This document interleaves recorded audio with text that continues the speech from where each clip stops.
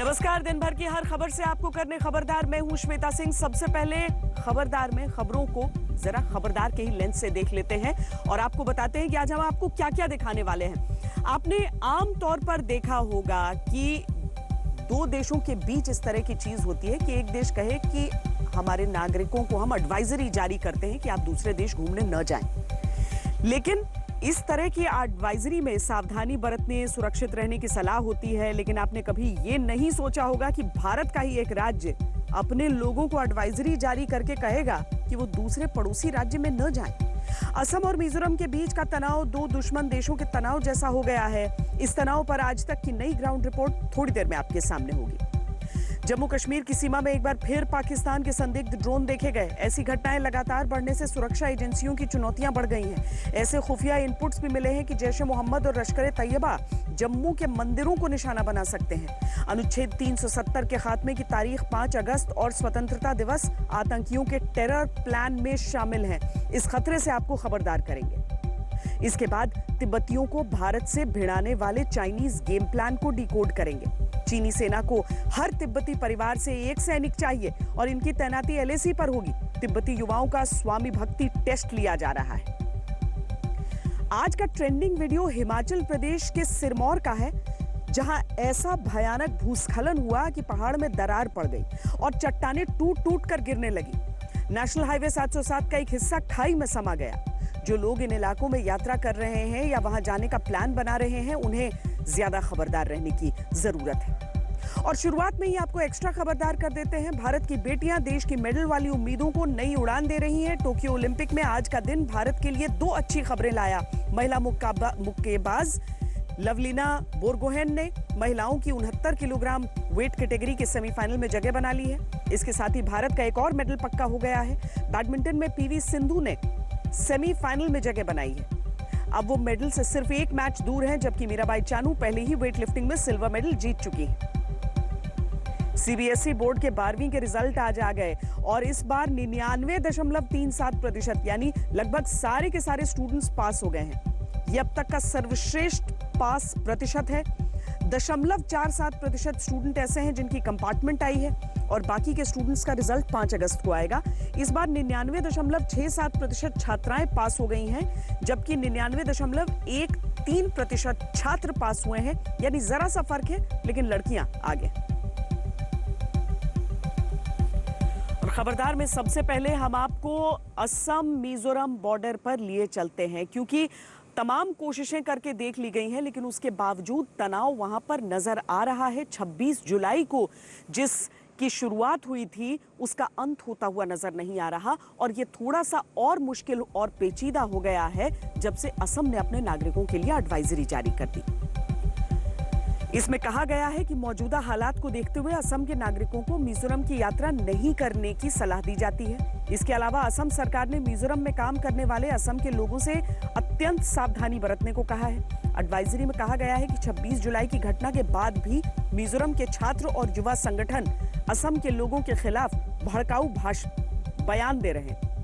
दावा किया गया है कि ऐसे लोगों के पास ऑटोमेटिक हथियारों समेत दूसरे हथियार मौजूद हैं। आदेश में लिखा है कि ड्रग्स तस्करी रोकने के लिए असम मिजोरम बॉर्डर के हर एंट्री पॉइंट पर सख्ती से चेकिंग हो।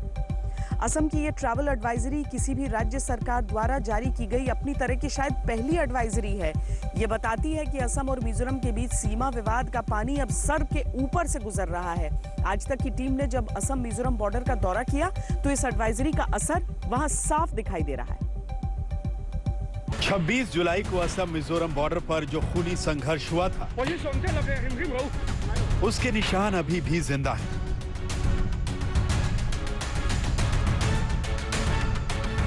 बॉर्डर पर भी और स्थानीय लोगों के जहन में भी डर डर के रह रहे हैं, कब गोलाबारी हो जाए, कब क्या हो। लेके चलना है बाल बच्चा को लेके। को भी सोते हैं, एक आंख से सोते हैं, एक आंख से जागते रहते हैं, कहीं गोलाबारी आ जाए। बॉर्डर का सामने में हम लोग ही है। उस दिन जब फायरिंग हो रहा था उधर, तो आप लोग कहाँ थे सब? हम तो घर में ही था सर। आवाज आ रही थी, पता हाँ, चला? हाँ सर। अच्छा, यहाँ पर पहले भी कभी ऐसा हुआ था कि उस पार से लोग इधर आते हों? कभी नहीं हुआ था, कभी नहीं हुआ ऐसे। लड़ाई हो रहा था, लेकिन ऐसा नहीं हुआ। गोली नहीं चल रहा है। नहीं, कभी पहले नहीं हुआ, ना असम मिजोरम बॉर्डर पर, न किसी और राज्यों के बॉर्डर पर। असम सरकार ही नहीं बल्कि असम के लोग भी गुस्से में हैं और मिजोरम को सबक सिखाने के मूड में भी। असम के 6 पुलिसकर्मियों की मौत के बाद असम के लोगों में काफी गुस्सा है और वो गुस्सा दिखाई पड़ रहा है। ये जो बॉर्डर इलाके हैं, असम और मिजोरम की सीमा से ठीक पहले लैलापुर पुलिस चौकी है।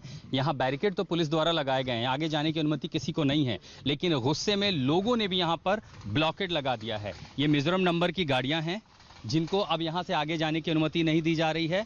पुलिस, मिलिट्री, पैरामिलिट्री के अलावा जो अधिकारी हैं उनके अलावा कोई भी इस बैरिकेड से आगे नहीं जा सकता। आपको ये भी बताएं कि मिजोरम की बहुत सारी सप्लाई असम से जाती है और ऐसे में अब वहां पर क्राइसिस खड़ी हो सकती है क्योंकि जो लोग हैं वो इस बैरिकेड के पास लगातार जमे हैं और उन्होंने एक तरह से अघोषित ब्लॉकेड लगा दिया है मिजोरम के खिलाफ में। इधर तो फायर इधर ही हुआ था बॉर्डर पर, तो उसके बाद हमारा गांव पे भी जाके गुल्ली गिरा है, हमारा घर पे भी 2 गुल्ली गिरा है, हम रखा है घर पे। और यहाँ का जो पब्लिक है सब भाग के इधर उधर चला गया, पब्लिक डर के मारे सब लोग भाग गया। तो हम तो घर पे नहीं था, इधर ही था, तो हम यहाँ से दौड़ कर घर पे आया, फोन गया मेरा पास। ब्लॉकेड से क्या संदेश देना चाहते हैं? क्योंकि अभी तो हम लोग इतना फोर्स मोरा है, गाँव वाला आदमी भी मोरा है, तो हम लोग अभी ब्लॉकेट किया है। तो जब तक ये फैसला नहीं होगा तो हम ब्लॉकेट नहीं छोड़ेगा। कोई नहीं जाना सकता है उधर का, कोई पब्लिक नहीं जाना, कोई पब्लिक जाने से उधर में रिस्क है। उन लोग सब टेररिस्ट है। कल में जो न्यूज़ में आया, सरकार ने बोला था तो कोई पब्लिक अभी मिजोरम में मत जाइए और कोई पब्लिक मिजोरम में है तो वो सावधान में रहिए। सिर्फ लोगों के जाने पर रोक है या सामान या कोई गाड़ी वाड़ी जा रही है उसको भी रोक रहे हैं? तो आदमी नहीं जाएगा तो सामान कैसे जाएगा? क्योंकि मिजोरम की बहुत सारी सप्लाई असम से ही जाती है, असम से ही उनकी जिंदगी टिकी हुई है। ये मेन रोड है, हाँ? यही मेन रोड है। तो आपने मेन रोड बंद कर दिया है? हाँ, बंद कर।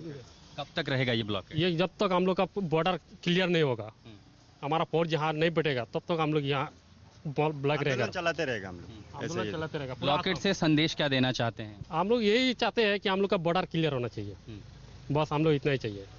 और हमारा जितना फौज मारा है हमारा असम का, उन लोग को मतलब पूरा 1 करोड़।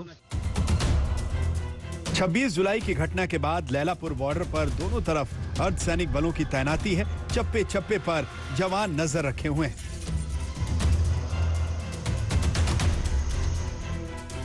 गुरुवार को असम की तरफ से दावा किया गया कि सीमा से सटे इलाकों में उन्हें कुछ बंकर मिले हैं जिन्हें संदिग्ध मीजो अतिक्रमणकारियों ने बनाया है। ग्राउंड रिपोर्ट के दौरान आज तक के कैमरे में भी मिजोरम की सीमा में एक बंकर रिकॉर्ड हुआ जहां से 26 जुलाई को लाइट मशीन गन से फायरिंग आने का दावा असम कर रहा है।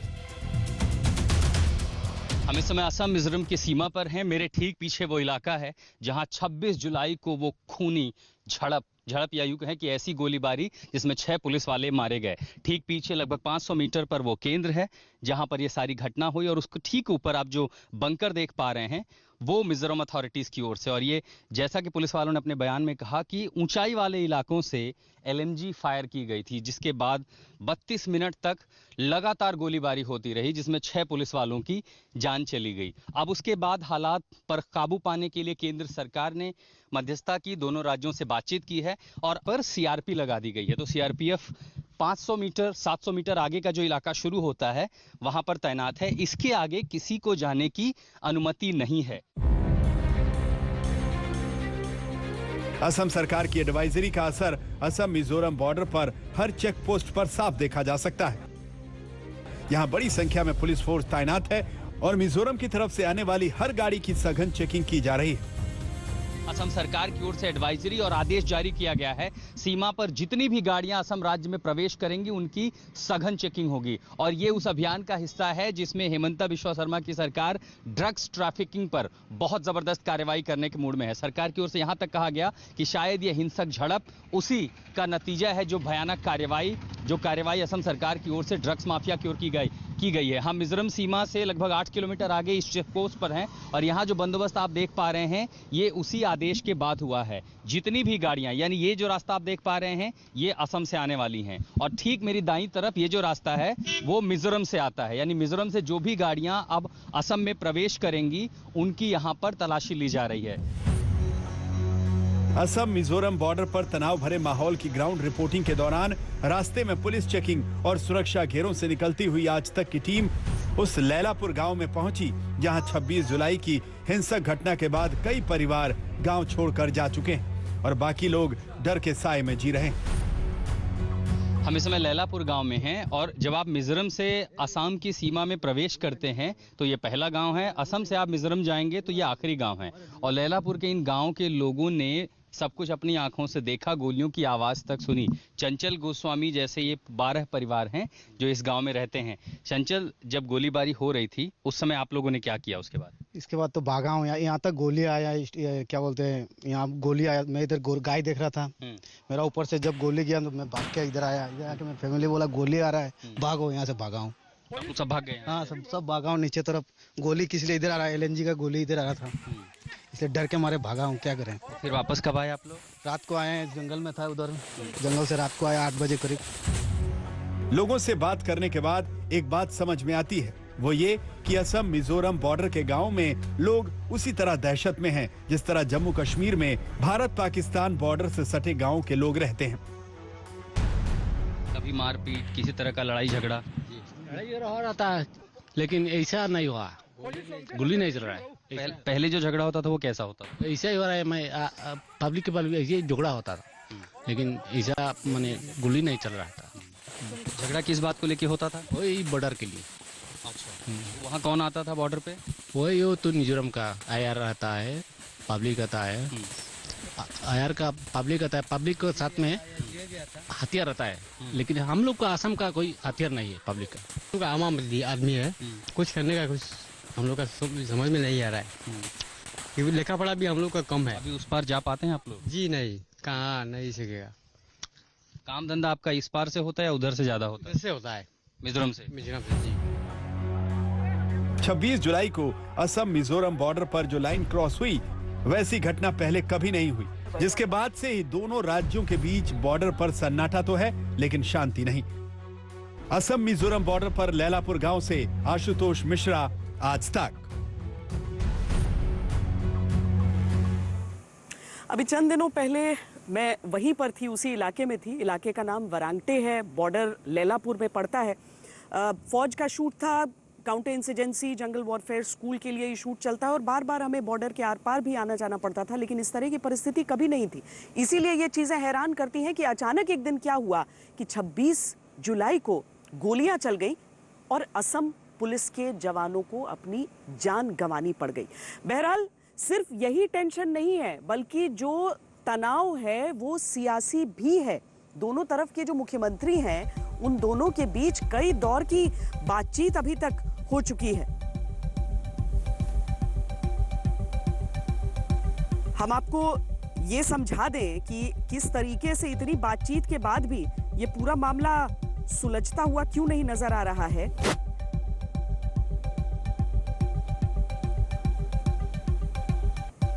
असम के मुख्यमंत्री हेमंत बिस्वा शर्मा और मिजोरम के मुख्यमंत्री जोरमथंगा के बीच कई दौर की बातचीत हुई।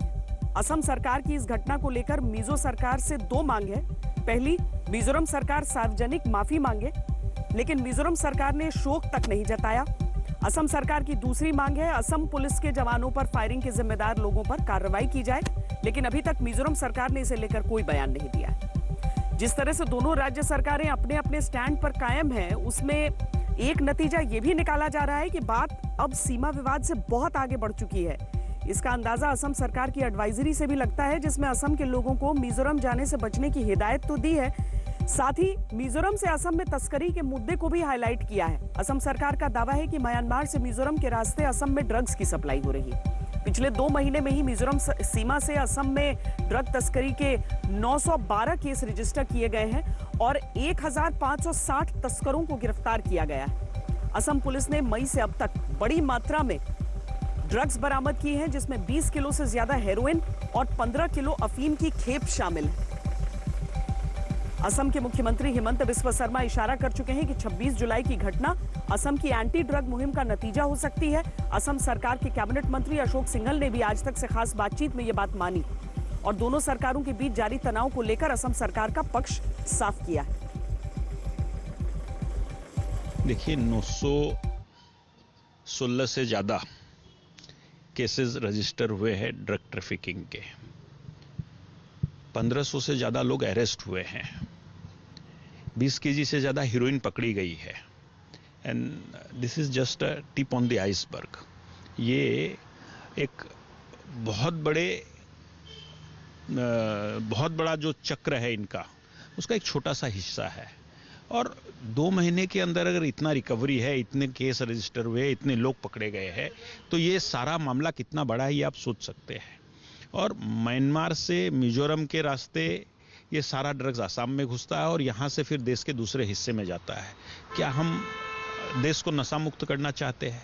करना चाहते हैं तो कठोर स्टेप्स लेना पड़ेगा आपको कुछ भी अच्छा करना है तो गलत को रोकना पड़ेगा। हम गलत को रोक रहे हैं और जो लोग गलत के साथ खड़े हैं वो लोग इस तरह का सारा ये कर रहे हैं। और हम जानते हैं कि जिन लोगों के ऊपर हमने हाथ दिया, हमारे मुख्यमंत्री ने जिन लोगों को पकड़ने का कोशिश किया, हमारे मुख्यमंत्री ने जो व्यवसाय रोकने का कोशिश किया है, उसका कॉन्सिक्वेंसेस, उसका फॉल आउट क्या होगा, उसका नतीजा क्या होगा। कौन लोग हैं? अगर वो मिजोरम है तो कौन लोग हैं? वो मिजोरम में है ऐसा नहीं है, ये ड्रग्स माफिया है जो सारे देश में ड्रग्स का धंधा चलाता है, जो इलीगल ट्रैफिकिंग करता है, जो बच्चों की ट्रैफिकिंग करता है, जो गौ तस्करी करता है। इन सारे लोगों के गोरख धंधे हमारे मुख्यमंत्री ने पिछले 2.5 महीने में बंद कर दिए हैं और इसका नतीजा है कि ये सब कुछ हो रहा है। अशोक जी, किसी भी देश में 2 राज्यों के बीच इस तरह का कॉन्फ्लिक्ट हो, वो उसकी आंतरिक सुरक्षा के लिए सही नहीं है। केंद्र सरकार ने हस्तक्षेप किया, दोनों राज्यों के अधिकारियों को बुलाया, बातचीत हो रही है, समाधान कैसे निकलेगा या अभी जो हालात हैं वो कैसे हैं? जब मिजोरम के माननीय मुख्यमंत्री से आसाम के हमारे माननीय मुख्यमंत्री डॉक्टर हिमंता बिस्वा शर्मा जी का व्यक्तिगत मुलाकात हुआ, उसमें उन्होंने प्रस्ताव रखा कि 1 अप्रैल 2020 जब कोविड शुरू हुआ था, उस समय आपके अधिकार में जो जमीन था वो आप रख लीजिए, जो हमारे अधिकार में जमीन था वो हमको दे दीजिए। हमको और झगड़ा नहीं करना चाहिए, हमको मिलजुल करके चलना है, आगे बढ़ना है। मोदी जी के नेतृत्व में उत्तर पूर्वांचल भी आगे जाना चाहता है। जब उन्होंने जवाब नहीं दिया, दूसरे दिन जब वो विदा हो रहे थे, हमारे सीएम भी वापस आ रहे थे, तो उस समय उन्होंने कहा कि कोई नहीं, आप 1 अप्रैल 2020 नहीं मानना चाहते हैं, एक काम करते हैं, अब मई में मैं मुख्यमंत्री बना आसाम का, मई में आपके कब्जे में जो जमीन थी और हमारे कब्जे में जो जमीन थी उसको सीमा मान करके निर्धारण कर लेते हैं।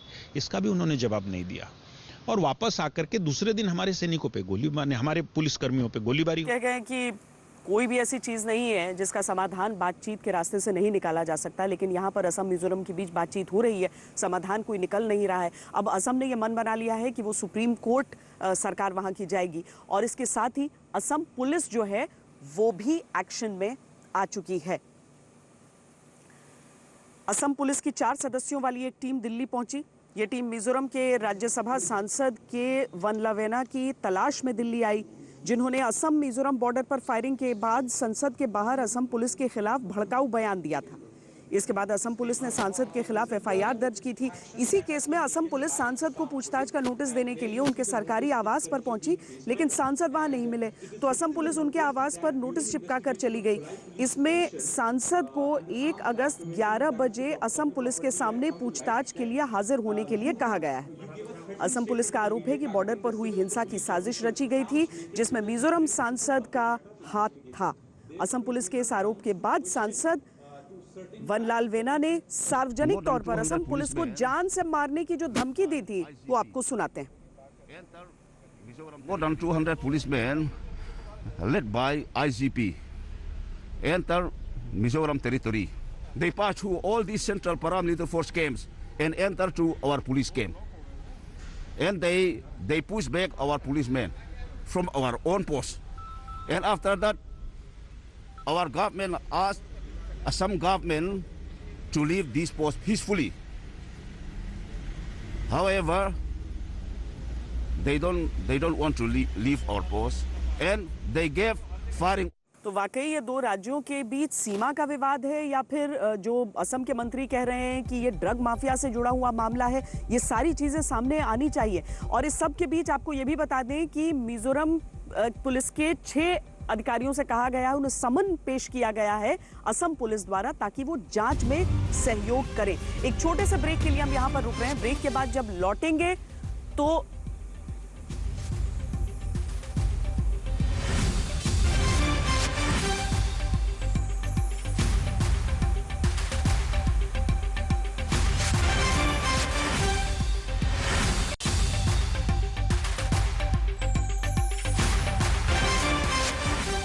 हमने आपको अभी बताई कि 6 अधिकारियों को मिजोरम पुलिस के असम पुलिस की तरफ से समन गया है और इस समन के अनुसार उन्हें जांच में सहयोग करने के लिए कहा गया है। एलएसी पर लगातार भारत के जो सैनिक हैं वो चीन के सामने डटे हुए हैं। चीन को कोई रास्ता सूझ नहीं रहा और अब चीन एक नए तिकड़म को आजमाना चाह रहा है। वो ये कि तिब्बत के जो नौजवान हैं उन्हें एलएसी पर तैनात करे और उसके जरिए मुकाबला कर पाए। लेकिन ये पूरा मामला काफी पेचीदा है। आपको अपनी इस रिपोर्ट के जरिए इसकी पूरी बारीकियां दिखाते हैं। अभी पिछले हफ्ते शी जिनपिंग बतौर चीनी राष्ट्रपति पहली बार अचानक तिब्बत पहुंचे थे। उनके तिब्बत दौरे का विश्लेषण सुरक्षा और कूटनीति पर नजर रखने वाले कर ही रहे हैं कि इस बीच तिब्बतियों को भारतीय सेना से भिड़ाने के चीन के गेम प्लान का पता चला है।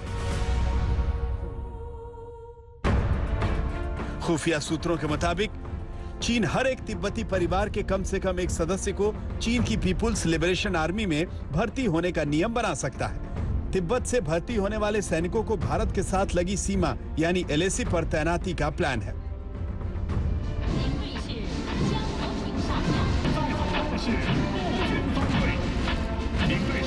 चीन ने तिब्बत के युवकों को चीनी सेना में भर्ती करने की प्रक्रिया शुरू भी कर दी है।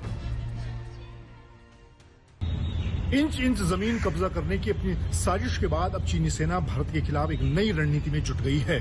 चीनी सेना तिब्बती युवाओं को पीएलए में अनिवार्य तौर पर भर्ती कर रही है। इन युवाओं को एलएसी के पास गांव में लोगों पर नजर रखने और जासूसी काम के लिए तैनात किया जा रहा है। मतलब साफ है, चीनी सेना भारत के खिलाफ एक लंबी लड़ाई की तैयारी में जुट गई है। आखिर तिब्बत को लेकर चीन हरकत में क्यों आ गया है? खासकर तिब्बतियों को चीनी सेना में भर्ती कराने का प्लान क्यों है, ये समझने की जरूरत है। चीन को अब ये लगने लगा है कि उसकी जो हान पॉपुलेशन है उसको अब ऐसे इलाकों में रहना बहुत कठिन है। ऐसे दुर्गम इलाकों में उन्हें लगता है कि son of the soil concept यानी कि जो तिब्बतन वहां के हैं और जो लॉयल है और जो अपनी जो वफादारी है वो चीन कम्युनिस्ट पार्टी को दिखाती है और उनको चीन भाषा का ज्ञान है, वो पीपल्स लिबरेशन आर्मी में भर्ती होंगे। यहाँ ये जान लीजिए कि शी जिनपिंग 21 जुलाई को जब तिब्बत पहुंचे थे तो चीनी व्यवस्था ने दौरे को गुपचुप रखा। 2 दिनों बाद 23 जुलाई को जिनपिंग अरुणाचल बॉर्डर के पास निंगची तक गए, तभी उनकी तस्वीरें मीडिया में जारी की गईं। निंगची से चीनी बुलेट ट्रेन में सवार होकर जिनपिंग तिब्बत की राजधानी लासा तक गए। इस बुलेट ट्रेन को चीन ने जून के आखिरी हफ्ते में चलाना शुरू किया है, यानी एक ओर तिब्बत पर फुल कंट्रोल, दूसरी ओर तिब्बतियों को बांटने का प्लान। सूत्रों के मुताबिक जिन तिब्बती युवकों को चीनी सेना में लिया गया है उनकी स्वामी भक्ति का टेस्ट भी लिया जा रहा है। इस लॉयल्टी टेस्ट में चीन की मैंडरिन भाषा सीखना, चीनी कम्युनिस्ट पार्टी की सर्वोच्च सत्ता को दलाई लामा के प्रति श्रद्धा से ऊपर मानना शामिल है।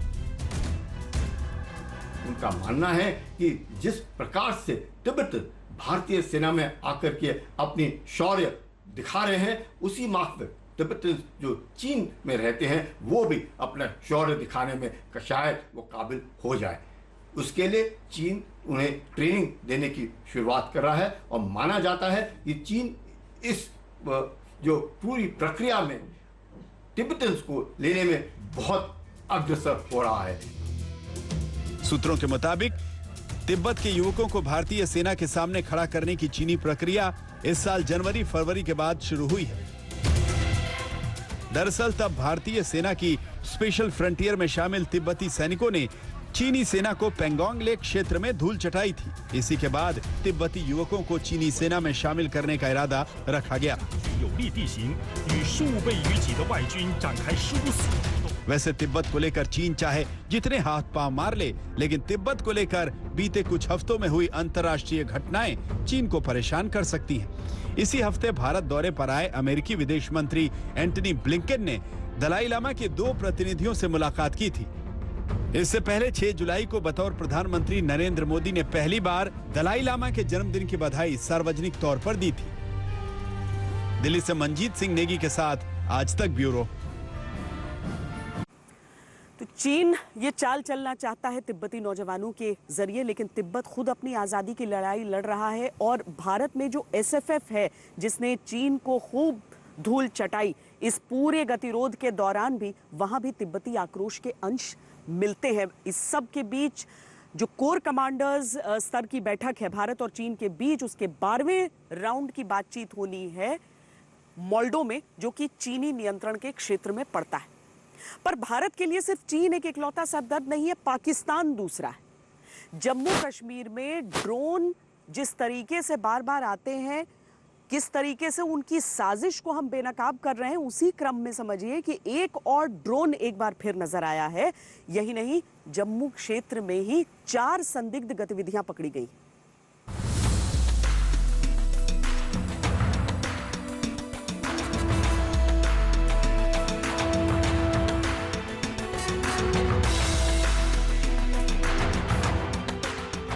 जम्मू में अंतर्राष्ट्रीय सीमा के पास अखनूर सेक्टर के परगवाल में ये ड्रोन बीती रात दिखा था।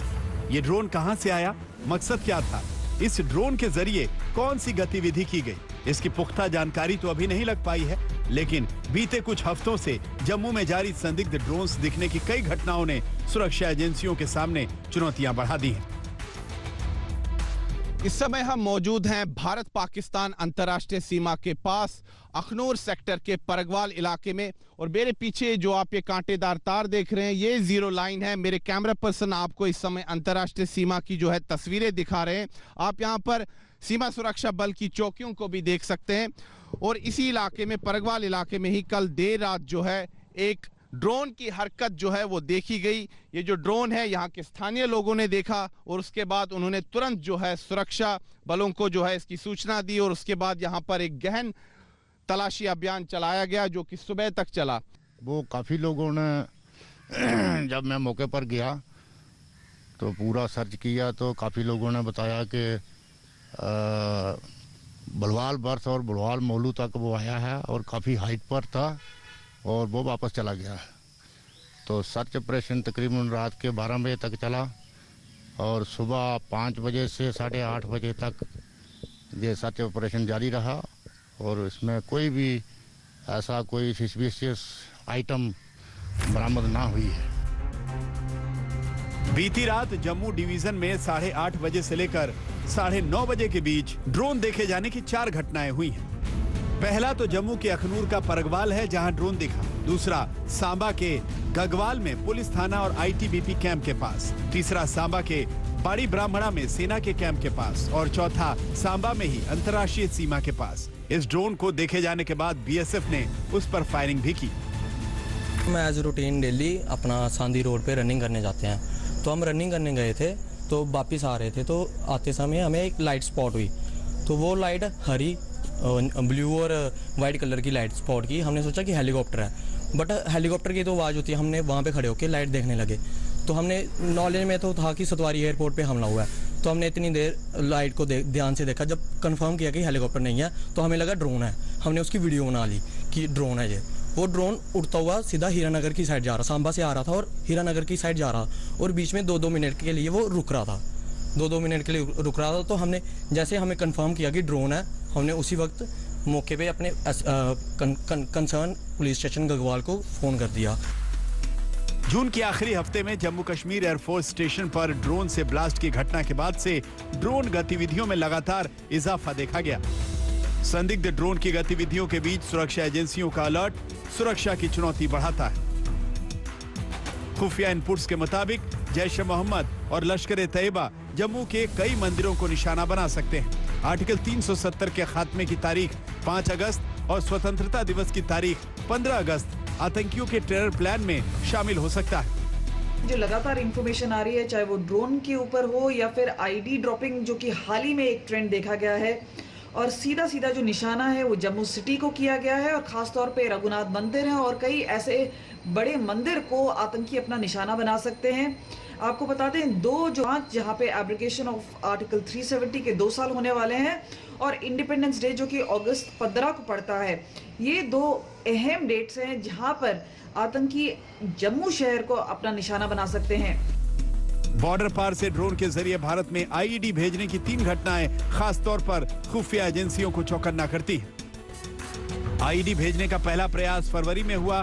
ड्रोन से आईईडी भेजने की दूसरी कोशिश 27 जून को हुई। 23 जुलाई को हेक्साकॉप्टर ड्रोन से अखनूर सेक्टर में आईईडी गिराने की कोशिश हुई।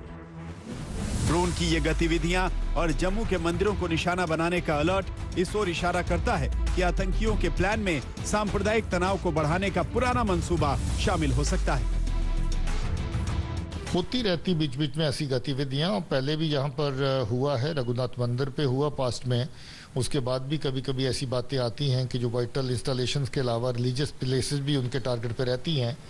यहाँ पर मस्जिद मंदिर टाइम टू टाइम इनको निशाना आतंकियों ने बनाया। दहशतगर्दी की कार्रवाइयाँ वहाँ पर करी ताकि लोगों के जज्बात जो है उनको मजरूह किया जाए और लोगों की रिएक्शन इस पे आए।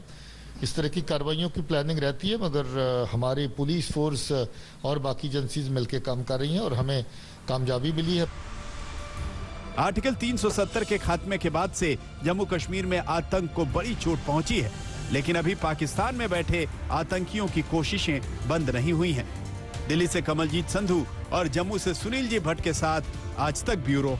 आप देख रहे हैं खबरदार। आपको याद होगा कुछ दिनों पहले जब एक व्यक्ति को गलती से कोविशील्ड और कोवैक्सीन की एक डोज लग गई थी, तब कितना बवाल मचा था। लेकिन अब वाकई ऐसा होने के लिए कोशिशें की जा रही हैं, ट्रायल की बात की जा रही है।